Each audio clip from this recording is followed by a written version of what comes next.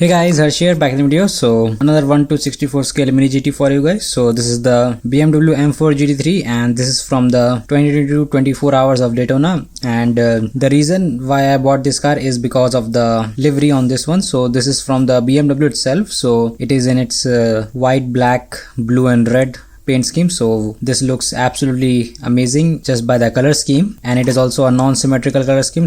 And I actually have the Turner Motorsport right there, as you can see. I will be unboxing it very shortly as well. So for now, let's just unbox it and see what we get. So this is the model number 394, and at the back there we can see we have a very nice BMW Essence sticker there, as you can see, along with the TSM logo. So let's just unbox it and see what we get inside. And as you can see, pretty standard packaging like every other mini GT we have unboxed here on this channel, unlike those two.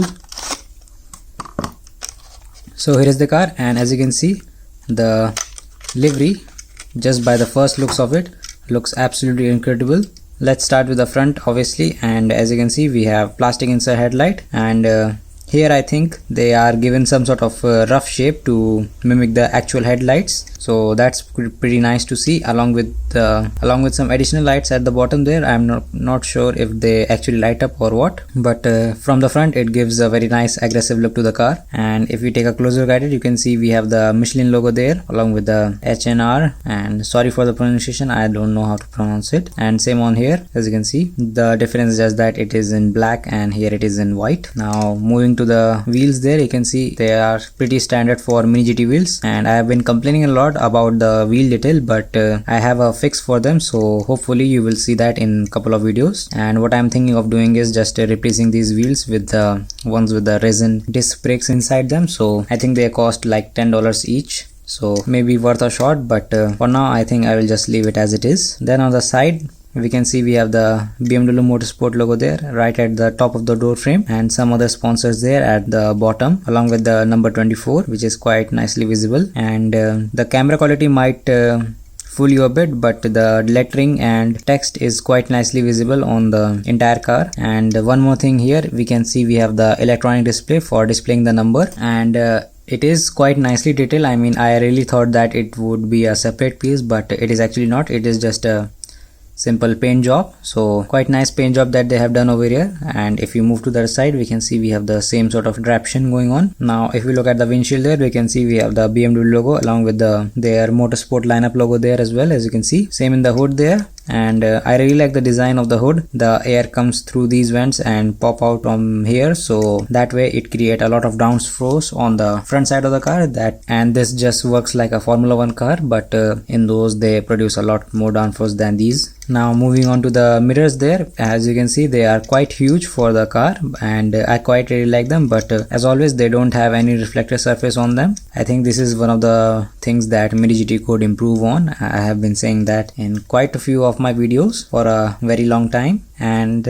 these are rubber as always, but I think now they have moved on to a slightly harder rubber. Earlier they were using very soft rubber. I mean, you can bend the whole wing and it wouldn't break off, but these mirrors I think are more brittle in structure, so a major stroke could knock them off. And when it comes to interior, I think it is quite standard for all mini GT models. And let me just try to see if it's visible or not. So I think it's not visible, but obviously it has a steering wheel, some racing seats, only one racing seat because it is a racing car obviously, and the dashboard is I think quite nicely visible to the human eye, but not in the camera because of the way the lighting is set up. And there is also a roll cage which is painted black, so you won't be able to see it, but it is there, which is quite nice to see. Then moving to the back there, we can see we have the fuel port there, and it is on both the sides I believe. So yeah, here it is as well, but I'm guessing that they only use one at a time. And at the top there we can see we have the names of the driver who drove the car, and obviously this is a 24-hour car, so one driver cannot drive them for full 24 hours, so they use 4 different drivers to drive the car. So just keep that in mind if you are new to this sort of hobby. I am also new to them. I have never seen a Daytona race, but the cars in them look very nice, so that's why I bought this particular model. Then if we move further back, we can see we have some sort of vents cut out there, so I'm guessing this is for the extra cooling that the engine may require. And here we have the global medical response logo there, which is quite nicely visible if my camera could focus on it properly. And moving further back, I think it's the Michelin mascot logo there. As you can see, it is a puffed guy literally wearing a puff jacket. I think I don't really understand the meaning of this logo, but it is what it is. Then at the back we have another Michelin logo along with some others logo as well, and on the spoiler there you can see we have the nice Puma logo on both the sides there. And at the top of the front wing you can see the text is quite nicely visible and printed. There are no sort of bleeding issues going on. Then if you look at the back of the car, we can see we have the BMW logo there, and I think I missed it at the front there, so yeah, it is quite nicely visible there. And obviously at the back it is also visible quite nicely. 4 exhaust pipes in total, painted black, quite nice, but I'm really not sure. I haven't seen the original car, so might want to check that out. The diffuser is quite nicely rounded in shape, so gives a very nice aggressive look to the car if you look at it from the side, but from the underneath I think the diffuser could be more aggressive in looking. But obviously it's not about the looks only, it's about the performance also. And the back lights are also plastic inserts with some red accents going on, so that's pretty nice to see as well. If you shine the light on it just in a perfect way, you can see the red popping out, which is quite nice to see. So there it is guys, the BMW M4 from the 2022 Daytona season. Thanks for watching this video, hopefully you like it, and if you have any doubts or comments you can obviously comment down below, and please like, subscribe my channel, and I will see you all in the next one.